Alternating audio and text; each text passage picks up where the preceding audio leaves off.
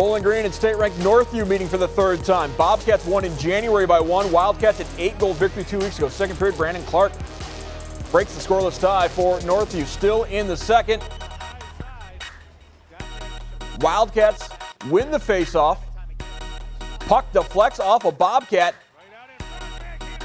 Teddy Boogert, the backhand goal. Northview takes the 3-0 lead. And then David Crandall gets the steal. Cruises to the net. Top shelf. Northview wins a 5-0. They are advancing on.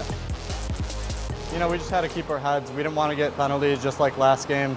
You can put them in the game if we're up 3-0, so we just had to keep our heads and keep it simple. We just had to tire them out. They have a short bench, so we just tried to roll all 4 lines and just work them. It's a great feeling. Since they beat us 2 years ago, it's just good to get them back.